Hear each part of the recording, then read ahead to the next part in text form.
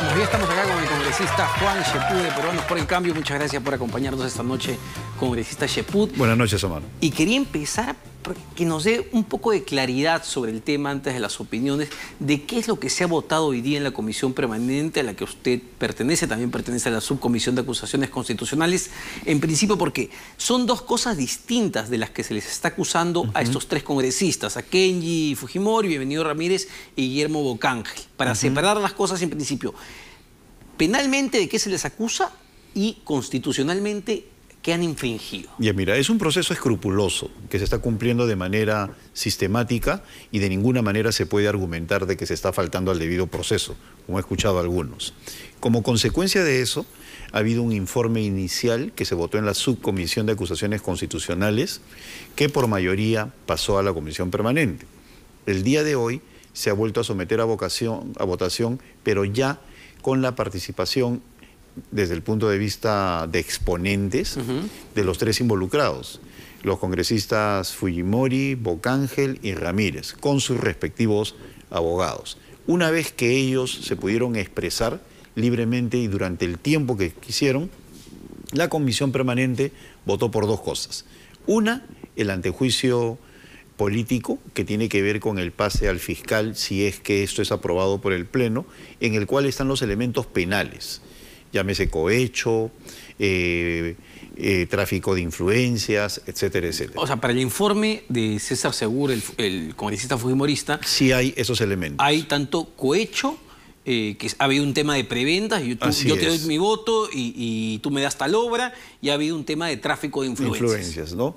Y por otra parte, tenemos el tema del juicio político, que es más eficaz en términos de desafuero, en el cual se tiene que determinar la infracción constitucional, para lo cual se tiene que especificar los artículos de la Constitución que están siendo infraccionados, y por otro lado determinar la falta.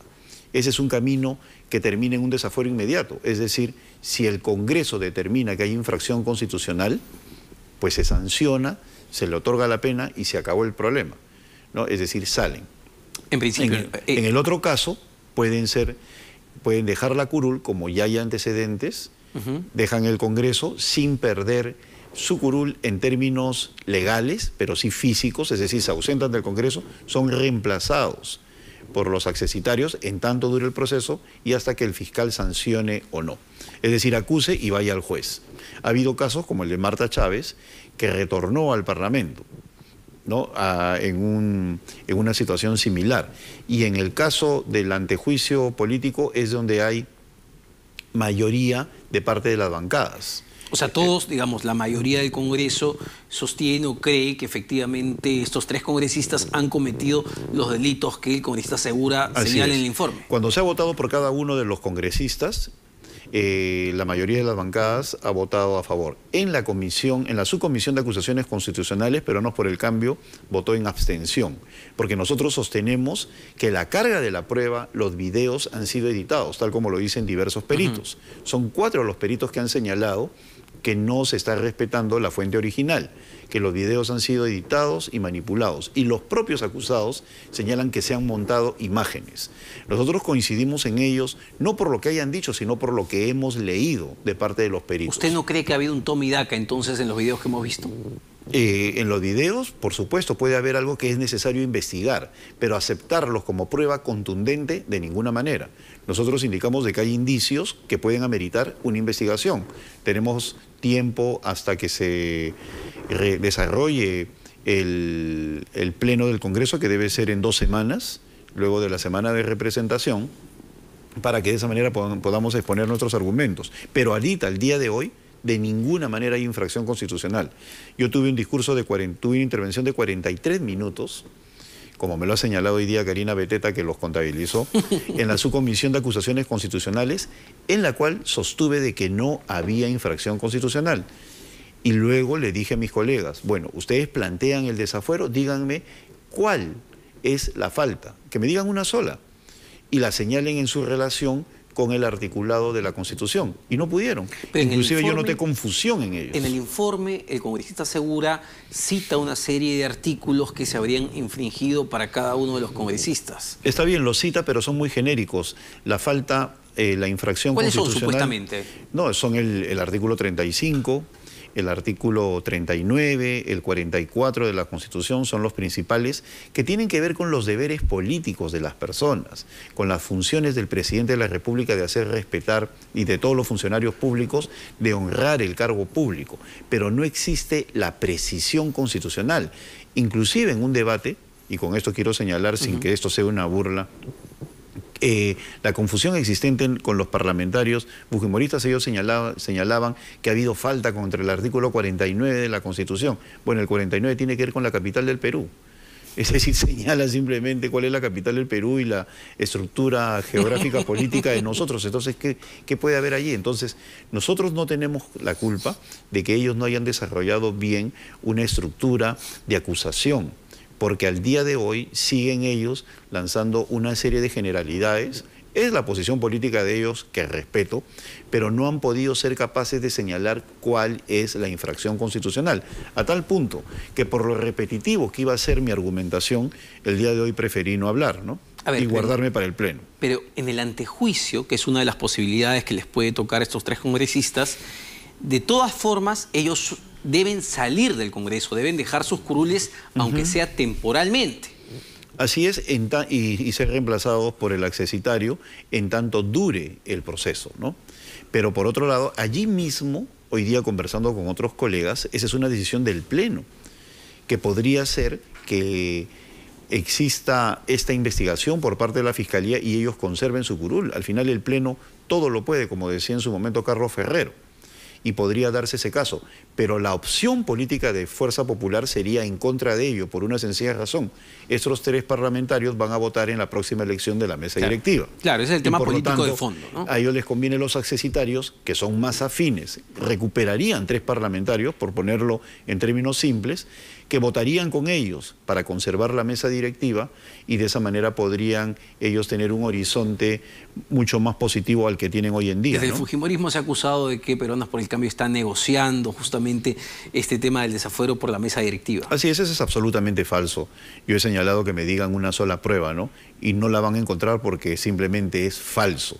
Inclusive, mi argumentación de la vez pasada, en la cual tuve mi intervención en la Subcomisión de Acusaciones Constitucionales, también señalaron que había coordinado con Guillermo Bocángel, con Kenji Fujimori, con Bienvenido Ramírez. Jamás he conversado con ellos, jamás. Así ellos especulen, no van a encontrar ni una prueba porque simplemente no existe. Mi argumentación es estrictamente institucional, por una sencilla razón.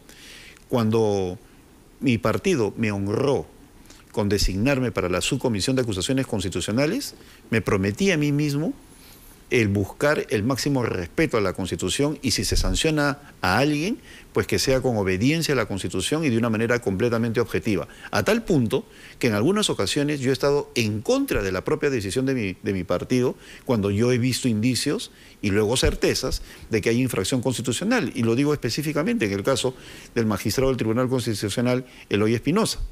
Ahora, sin embargo, señale que los otros magistrados no habían cometido ningún tipo de infracción constitucional. Ahora, pero desde Peruanos por el Cambio y desde su opinión, sí cabría, digamos, votar a favor de un antejuicio, es decir, que estos señores se vayan o sean investigados por el Ministerio Público e ingresen los accesitarios en tanto dure las investigaciones. Es una discusión pendiente en la bancada, yo no podría asegurar que va a ser eso. En tanto, en la subcomisión hemos votado en abstención, por lo tanto, cuando uno vota en abstención es porque no está convencido. Pero como consecuencia de la discusión política que tengamos al interior de la bancada, podríamos decidir votar a favor en el antejuicio político de la investigación por el fiscal o votar en contra. Yo me inclino por lo segundo, y no es un adelanto de opinión, sino que ya lo he dicho públicamente, por una sencilla razón, que yo considero que la carga de la prueba es inexacta, es manipulada, y que desde mi punto de vista amerita mayor cantidad de indicios, que si de acá al día de la votación en el Pleno se encuentran, pues ahí sí recién cambiaría de opinión. Al día de hoy existen elementos indicativos de que ha habido una falta, graves desde cualquier punto de vista, que podrían señalar la exigencia de que se empiece una investigación en el fuero del Ministerio Público. Y podríamos nosotros, como bancada de Peruanos por el Cambio, votar a favor. Pero al día de hoy hemos votado en abstención porque la carga de la prueba ha sido manipulada. Bueno, ahora, esa votación va a tener de todas maneras una consecuencia política, que es la elección de la mesa directiva y que es muy importante. Entre otros, los últimos años lo ha presidido el fujimorismo. Hay varias. Una de corto plazo, que es la evidente, el cambio de la mesa directiva, y otra la onda expansiva en el largo plazo, que tiene que ver con el daño institucional que puede acontecer en nuestro país como consecuencia de sacar a alguien simplemente por una venganza entre hermanos. He allí mi criterio institucionalista. Si hoy día yo soy derrotado políticamente por mi hermano y eso significa que lo saco del Congreso, pues le estamos haciendo un tremendo daño al país. Y si como consecuencia de esa disputa yo creo de que la herramienta que tengo sobre la base de mis 59 votos hace que yo saque a cualquiera del Congreso, pues mañana imagínate, y solamente pongo esto como suposición, de que haya un Congreso mayoritariamente progresista o izquierdista, y no les gusta un congresista como Carlos Tubino, persona a la cual admiro y aprecio, y sobre todo por su convicción de defensa de algunos temas en los cuales él cree. Entonces, como no le gusta a Carlos Tubino, lo saco, ¿no? Así de simple. No, pues, no es así. El caso del desafuero como consecuencia del juicio político tiene que estar claramente sustentado en una infracción constitucional. Y al día de hoy, ni un solo parlamentario fujimorista ha podido señalarlo. Ni siquiera con las intervenciones que han tenido el día de hoy. ¿Como consecuencia de qué?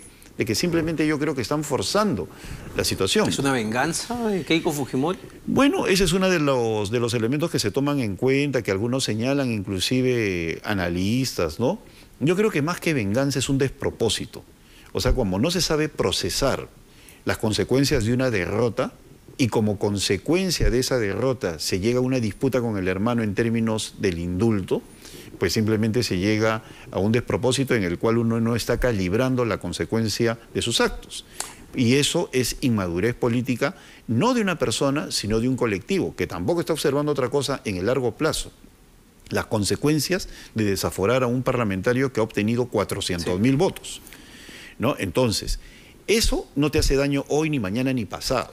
Lo puede terminar victimizando, ¿no? El congresista más votado. Mira, es el congresista más votado y es un representante de un grupo importante de peruanos. Gracias a él hay por lo menos 5 parlamentarios de Lima que de otra forma no hubieran entrado al Congreso, por lo menos 5.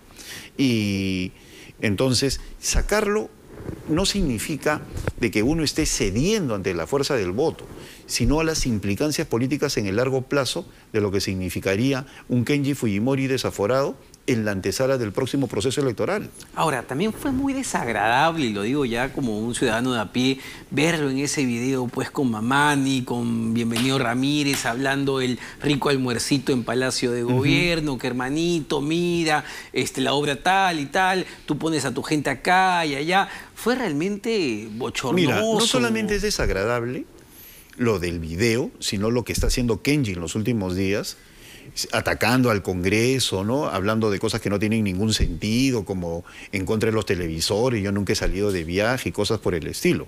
Eso para mí es sumamente desagradable, inmaduro y a veces demuestra la irresponsabilidad de sus actos. Pero eso no significa pues que esté infraccionando la Constitución.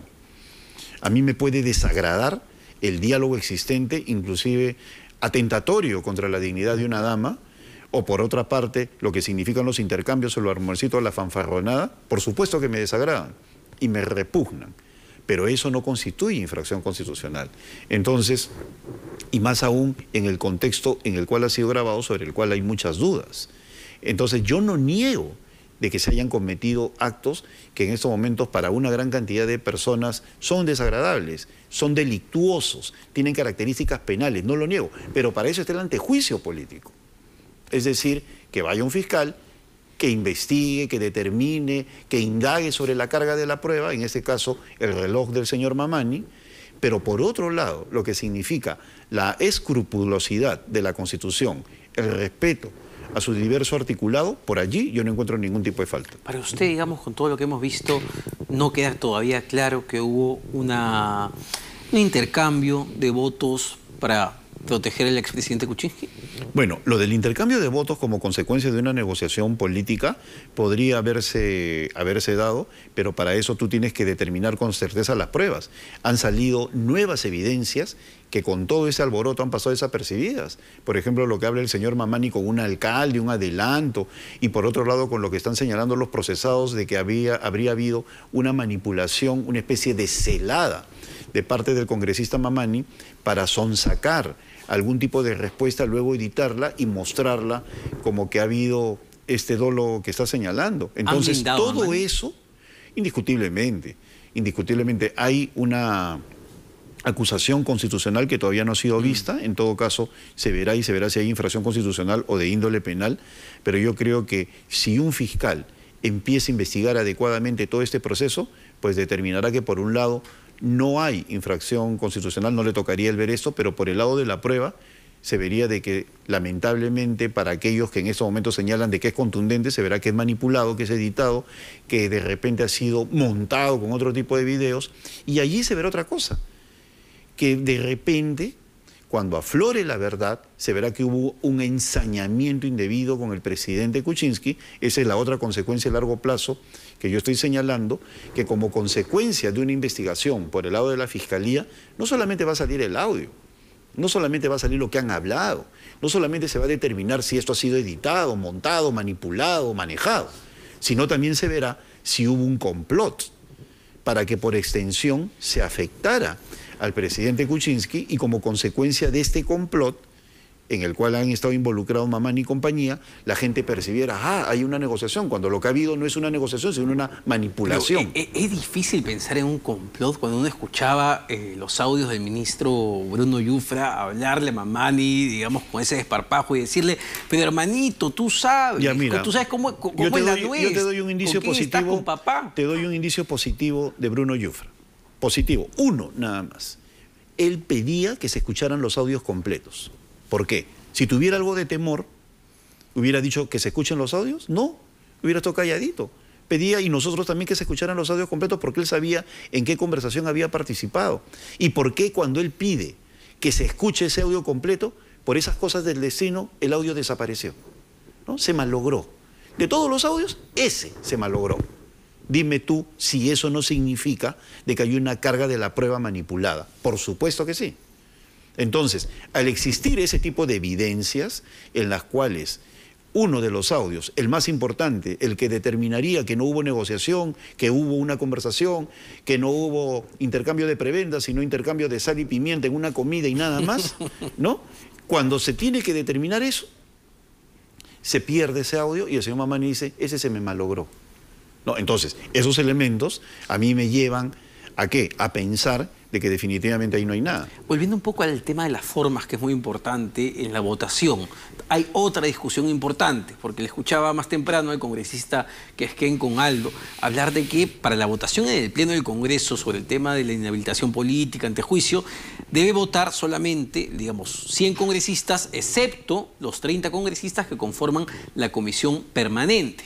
Pero según el congresista Héctor Becerril, que creo que es la interpretación del fujimorismo, pueden votar en el Pleno del Congreso todos los que no votaron en la comisión permanente, con lo que cambia el equilibrio de los votos, ¿o no? Como la política es compleja, ambos tienen razón.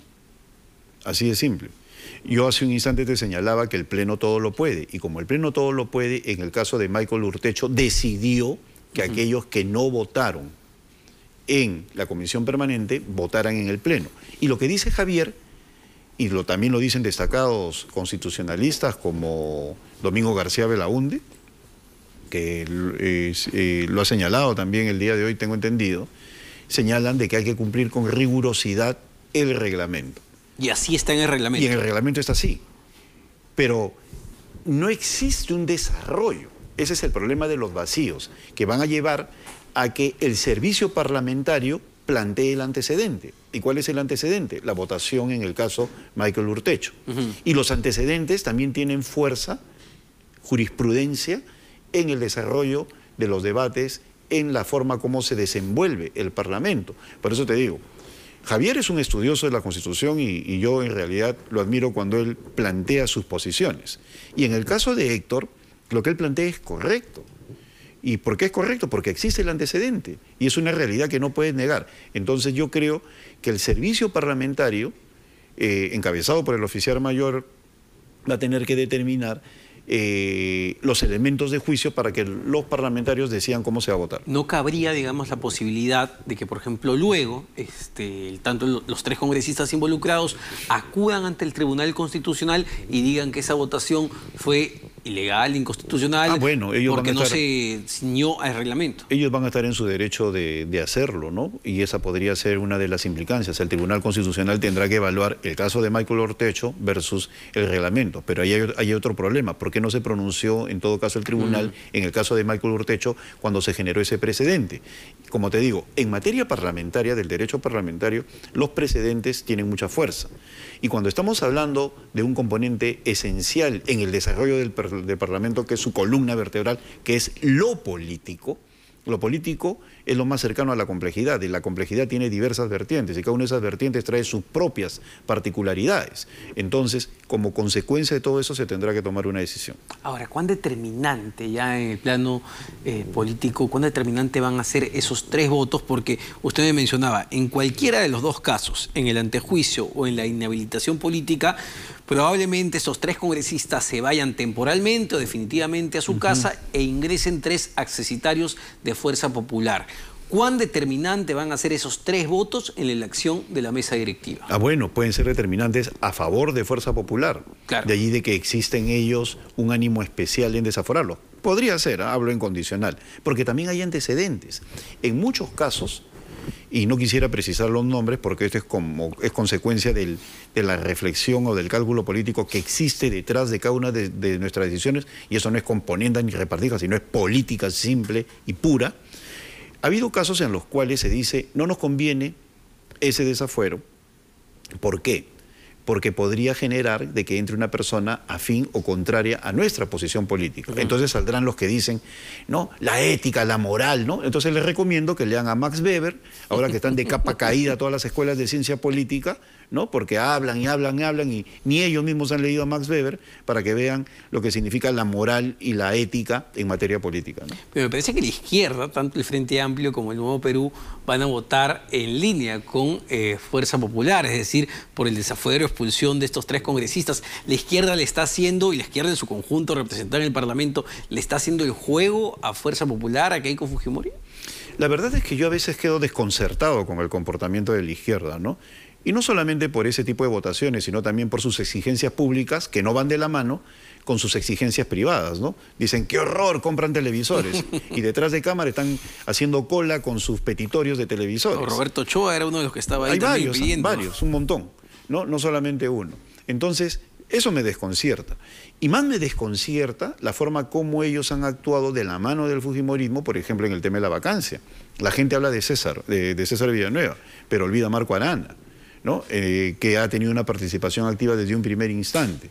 Entonces, que no me vengan a decir de que eso es consecuencia de que ellos quieren tumbarse un gobierno que les parece incorrecto. Tiene un ministerio también Marco Arana, ¿no? Claro, ahora tiene un ministerio en el cual están haciendo lo que se le da la gana, el Ministerio de Inclusión y Desarrollo Social. ¿Cómo así? Bueno, pues habría que preguntarle si es consecuencia de sus esfuerzos, ¿no? Vamos a ver cómo se desarrolla ese ministerio en un momento electoral. Estamos hablando de un momento electoral en el cual ese ministerio se convierte en un factor importantísimo para determinadas zonas, porque los programas sociales, lamentablemente un país como el nuestro, muchas veces van al lado del clientelismo. En todo caso, hay que estar observantes, pues la presencia de militantes de los grupos de izquierda es muy alta en ese ministerio. ¿Ah, sí? ¿Cree que ya se está ocupando el ministerio? Bueno, yo lo leo en los diarios. Es simplemente, yo soy una persona que se informa de la madrugada, ¿no? Viéndolos ustedes. Entonces, hay noticias que ya aparecen con claridad. Bueno, volviendo al tema, al terreno político, digamos, en las consecuencias del cambio de mesa directiva, importantísimo el hecho de cómo se va a recomponer, cuál va a ser la implicancia de una mesa directiva ya no presidida por el fujimorismo si es que así se lograse.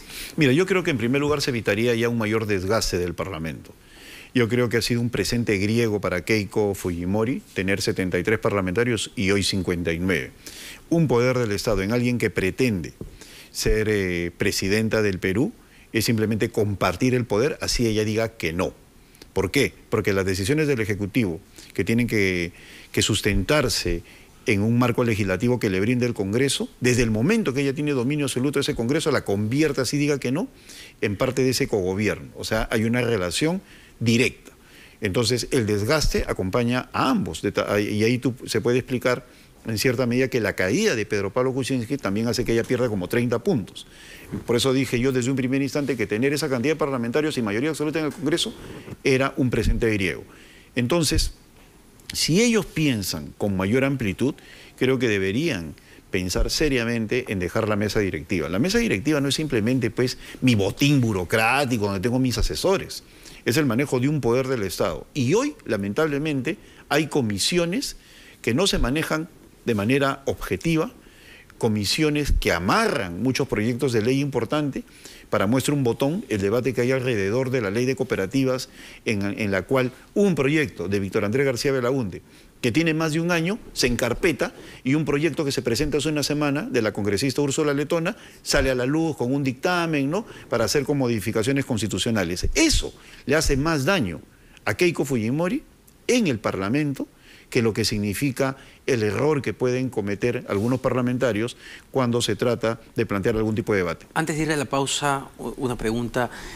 ¿Keiko Fujimori tiene más que perder en estos 3 años que quedan de gobierno que el propio Martín Vizcarra, que finalmente acaba el 2021, se va a su casa? No sé qué aspiraciones Por políticas supuesto que tenga. sí, porque Martín Vizcarra, si decide seguir un camino como el de Valentín Paniagua, de no postular, ¿no? No le corresponde postular, así algunos digan que sí, yo creo que no, ese es otro debate constitucional, pero él ya dijo que no va a una reelección. Por supuesto que tiene mucho menos que perder y mucho que ganar, pues ya es un expresidente del Perú. En el caso de Keiko, aspira a una tercera postulación que, dependiendo del resultado, puede ser la última para ella. Entonces, ella tiene que decidir, o mi poder pasajero, conflictivo, dramático, ¿no?, como mi Congreso con toda su carga burocrática, o dejo eso y aliento esperanza para el 2021, liberándome de ese poder del Estado. Tendrá que pensarlo ella, ¿no? Y que lo piense con sus congresistas, no con los asesores, ¿no? Porque ese es un problema del fujimorismo, darle más peso a los asesores que a sus parlamentarios. ¿Usted, congresista, también pidió su televisor, su frigobar? No, yo no he pedido nada. A ver que saquen una carta mía pidiendo un televisor. Al contrario, yo estoy contento y le agradezco a Fernando Andrade, porque yo heredé una... No, le heredé, y esto lo digo sin ánimo de broma, heredé una oficina en muy buenas condiciones, no he hecho ningún cambio. Y te cuento como anécdota, hace unos meses, 2 meses, personal del trabajo del Parlamento me dijo, usted ingeniero, ¿por qué no pide que le modifiquen algo, el piso, como han hecho otras personas? No necesito absolutamente nada, porque lo máximo que he pedido es una escoba, porque no se necesita nada más en mi... ¿Le parece justificada la molestia del presidente del Congreso, Lucho Galarreta, cuando se molesta por la pregunta si es frívolo comprar televisores? Yo entiendo que las entidades del Estado siempre están renovando sus implementos y todo, pero la coyuntura, ¿no?, en que se da cerca el Mundial, y un periodo de ajuste fiscal. Pero mira, acá hay varias cosas, ¿no? Y yo en ese sentido respaldo al presidente del Congreso cuando defiende la compra de los televisores, porque yo sí los considero necesarios y tengo en ese sentido la autoridad política que yo no he pedido ni uno, porque yo he visitado las oficinas de mis colegas y sé del deterioro o de la ausencia de televisores que existe, y un parlamentario tiene que estar informado y no hay nada malo en eso. Además, como me decía hoy día Mauricio Mulder, ¿tú crees que un parlamentario va a estar a las 7 de la mañana viendo el Mundial en su despacho? ¿O va a estar con sus amigos o en su casa? ¿No? O sea, los que dicen de que vamos a comprar televisores para verlos en la oficina. Vamos a estar a las 6:30 de la mañana en la oficina viendo el Mundial, pudiéndolo ver en tu casa con tu familia. No es eso, pues no es así. Esto tiene como un año. Son necesarios porque yo mismo llamo a mi personal y tengo un equipo de primer nivel, y agradezco a mi equipo porque realmente es un equipo de primer nivel. Yo les digo, ¿qué está pasando? Infórmame, cambia canal, etcétera, el otro, ¿no? Uno está en la laptop, otro en el televisor, están permanentemente informados porque los políticos tenemos que estar informados. Ustedes mismos nos llaman a cualquier hora del día y nos hacen una pregunta sin preguntarnos previamente leyó o no leyó, sino de frente. Entonces, el político, desde el momento que se desenvuelve en la coyuntura, necesita un cambio de acción en el cual la información es un insumo importantísimo. ¿Por qué? Porque el político interviene en la marcha de los acontecimientos para modificar su rumbo. Y para eso tenemos que estar informados de los acontecimientos. Totalmente de acuerdo. Entonces, pero ¿por qué vienen a decir de que no compremos televisores? Es una locura. Yo le pregunto si no es un error político la coyuntura actual. Estamos a pocos días del Mundial. Esa es otra cosa, sin Omar. prestar a malinterpretación. Esa es otra cosa. En eso tienes toda la razón. Pero por otro lado, hay que señalar de que ha habido transparencia, de que no es algo que haya salido escondido, sino que está en el portal del Congreso, que se va a adquirir los frigobares para que el personal guarde su lonchera, ¿no? sus cosas, y en este caso los televisores. Pero yo no acepto y no tengo desde ese punto de vista ningún reparo en responder cordial pero firmemente a aquellos que creen pues, que un congresista no debe tener nada. El parlamentario necesita informado y necesita instrumentos. ¿Sobre reaccionó el presidente del Congreso? El presidente, como te digo, estuvo con una sobrecarga de preguntas y obviamente lo llevó a una situación de respuesta emocional que no refleja lo que él es. Sonó como una amenaza, ¿no? Les voy a sacar esta ley para los medios mermeleros. Yo estoy seguro que no se piensa así. Nosotros hemos tenido oportunidad de conversar con él, además lo conocemos, no es un político improvisado y obviamente ante esa carga de preguntas reaccionó de una manera con la cual no estamos de acuerdo, de ninguna manera, pues una ley no se hace por venganza ni cosa por el estilo, y estoy seguro que no refleja lo que él piensa. Para terminar, usted sigue levantando la ceja del hecho que Villanueva sea el premier, Villanueva que promovió de alguna manera la vacancia del expresidente. No, en ese sentido yo soy un hombre de hechos consumados. Acá hay una realidad concreta y César merece mi respeto. Es una persona a la cual aprecio también, he conversado con él y en varias oportunidades, que podemos tener discrepancias y serias, algunas veces, es un hecho concreto, pero que podemos administrar nuestras diferencias en aras de conducir al Perú de mejor manera, también lo podemos hacer, lo cual no significa de que uno no plantee las diferencias que cree en algún momento. Soy político y mi función es decir lo que no me gusta. Yo no estoy acá para hacer un club de 1 millón de amigos. Mi función política es señalar aquello que considero incorrecto o con lo cual no estoy de acuerdo, para de esa manera tratar de contribuir a que las cosas mejoren. Justamente, ¿no? ¿No le parece que hay una serie de errores de este gobierno, bastante timoratos, salen a protestarle por los peajes, retrocede, el agua en Moquegua, retrocede, lo del impuesto a la renta a los trabajadores, que es una propuesta que efectivamente envió el ministro Tuesta, y retrocede? Hay cosas que a mí me sorprenden que van por ese lado, como por ejemplo rescindir estos contratos. Eso no es política pública. De Tullow, ¿no? Lo de petróleo, sí, por ejemplo. Es una cuestión que a mí me sorprende porque hay excelentes ingenieros en el gabinete, empezando por Javier Piqué, que ha sido profesor de Martín, y teniendo como consejero presidencial al rector de la UNI, a Jorge Alba, que es otro ingeniero de primer nivel. Y ellos saben perfectamente de que estamos hablando de la exploración para diseñar el perfil del proyecto, porque ni siquiera se sabe qué hay. Y solamente convocar a empresas que apuesten una gran cantidad de plata con el riesgo de que no encuentren nada es sumamente difícil en materia petrolera. Esta francesa es muy seria. Así es, y ha caído la bolsa en cerca de 5 puntos y le ha generado un problema y no sabemos las consecuencias legales que puede tener.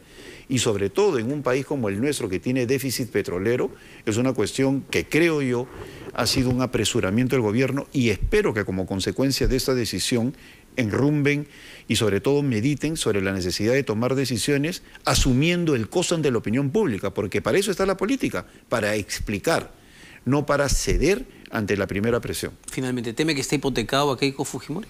No, yo no creo eso. Yo creo que si se llega a esa situación de una hipoteca de ese tipo, la principal afectada va a ser Keiko, porque los resultados como los que estamos viendo al día de hoy, que pueden generar una desavenencia empresarial, pues tendrían que ser derivados a quien se supone pone la presión sobre él. Yo no creo eso. Perfecto, congresista Juan Cheput nos ha acompañado toda esta noche.